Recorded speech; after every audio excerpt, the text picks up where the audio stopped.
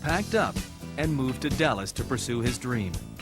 Kevin's father, Lynn, wished his son well. He was surprisingly supportive. All he said was, you know, he just gave me a good handshake, and he said, just good luck. You know, we're always here if you need us. And I left, and I needed to leave. It was time for me to sort of grow up a little bit. He's been very determined, and once he decides to, you know, do it, he goes after it. Really works at it. So he deserved it to get into it. In Dallas, Kevin's handsome features immediately landed him work as a model. It was an interesting way to make a little money for a while. I did much better than I thought I would. I didn't fit the mold of what model. I mean, I was 6'3", when all these other models are 5'10" to 6 feet at the most. It enabled me to get my SAG card. I started doing a lot of commercials. Ironically, Kevin's first commercial was shot in his home state. My first one was actually in Minneapolis for Target, because that's where Target is based. So my first couple commercials were for Target. So thanks, Target. You guys got me my SAG card. It was very exciting at school because I was a school teacher, and we'd go and everybody came that morning and said, "Hey, we saw Kevin in underwear this morning." But Kevin's first speaking role wound up on the cutting room floor. My first little gig actually was on Dallas. They were down there filming, and that's how that thing happened. You know, they gave me like 2 lines, and they never even used them. Coming up, Kevin takes his chances in Hollywood. To make extra money, I was a model for edible underwear. And later, he called me up one day and he said, "Guess who's going to be the next Superman?"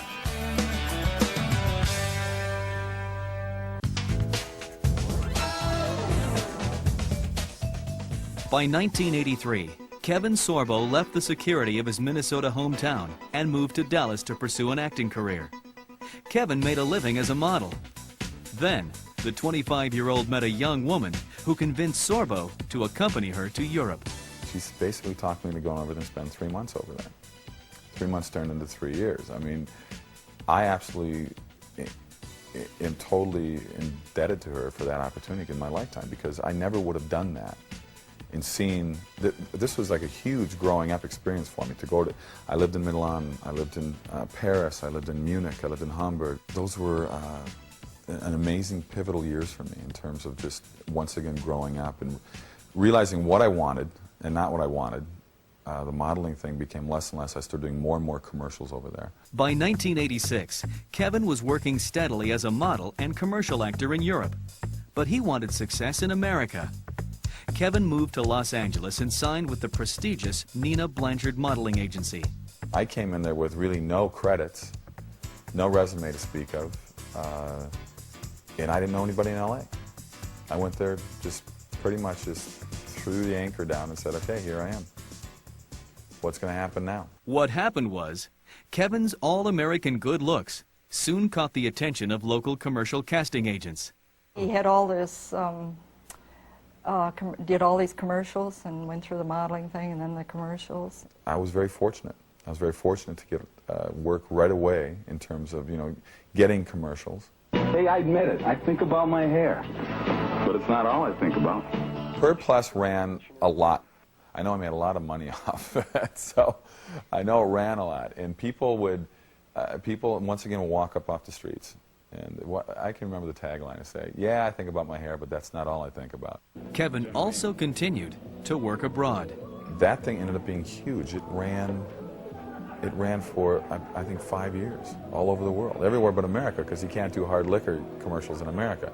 You can do beer and wine, of course, because nobody has a problem with beer and wine. Commercials paid the bills, while Kevin sharpened his acting abilities. Got involved in very good acting classes, sort of threw myself into there. And like I said, I was very fortunate. Every time I got down to the last buck, when I said, "Okay, now I got to, you know, wait tables or something," boom, I'd book a big commercial. And, you know, the money would come in again. So I was able to constantly stay involved with the acting classes I wanted to stay involved with. Acting coach Janet Alhanti. He has a presence. And yes, there was definitely an ability. Oh yeah, definitely. You could see he was, even if he wasn't that confident, you knew that he had that something that with time he would own it. You know, he wasn't afraid to stick his neck out, which is the other thing, to take the risk. those risks began to pay off. Kevin landed small roles on television shows, including an appearance on Divorce Court. I played an ex-porn star named the Tennessee Stud. Oh, to get money, to make extra money, I was a model for edible underwear. And the owner of the store caught his wife sampling the underwear while I was wearing them. So I had to play this guy, just basically saying, hey, I can't help it, I'm a big stud. Oh, that's funny, the things we do. Quality television shows were hard to come by, but Kevin remained positive. You go through those years where you're getting frustrated and you're getting close on things or you're not getting close on things. He took criticism. He was very open because he said, unless you get me to where I have to go, I can never be what I would like to be, which I admire. I always believed I was going to be a success. I did. Why get involved in this career if you're not going to have that kind of mentality? I always knew that I would make it in this industry. And I would make it on my own merit, make it on working very hard. Coming up, Kevin's unlikely big break. And they called me on my birthday. I kid you not. And later. The nurse in the ICU freaked out, said he's dying, he's dying.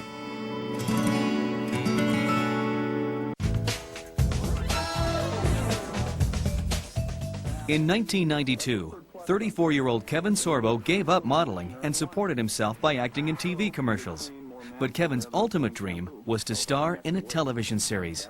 I got a pilot for a series called Condition Critical, and I got the lead in it with the name Dr. Thaddeus Koczynski. My car, where's my car? Your car, where's my car? What car?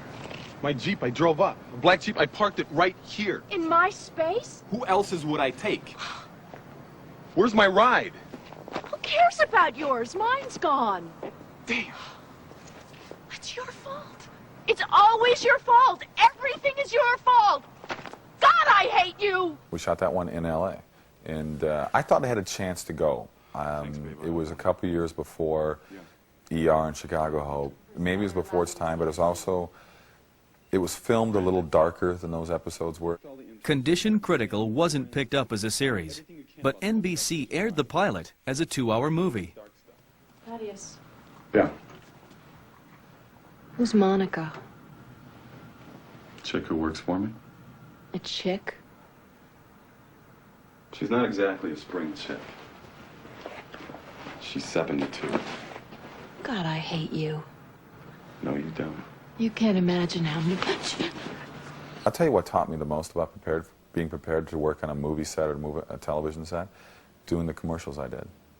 Those hours, that I was always on the set, always working in front of a camera. Kevin's TV movie debut led to a series of auditions, including one for The Man of Steel. So I started getting called in for more pilots and more bigger acting roles that, a year ago that they wouldn't even looked at me for. And the one was Lois and Clark. And they called me back a lot on that one. He actually got the nod. He called me up one day and he said, guess who's going to be the next Superman? He was so excited. So in the morning I get this really excited call, and by evening we get a call. They took it away from me. Called me back the next day and said that they went with Dean Cain. Kevin was disappointed, but not discouraged. So the next go-around became for the part of Fox Mulder on X-Files. But, the press, I like to write up on that I was really close to getting that part. I wasn't that close to getting that part. I got down to the last 80 guys for that.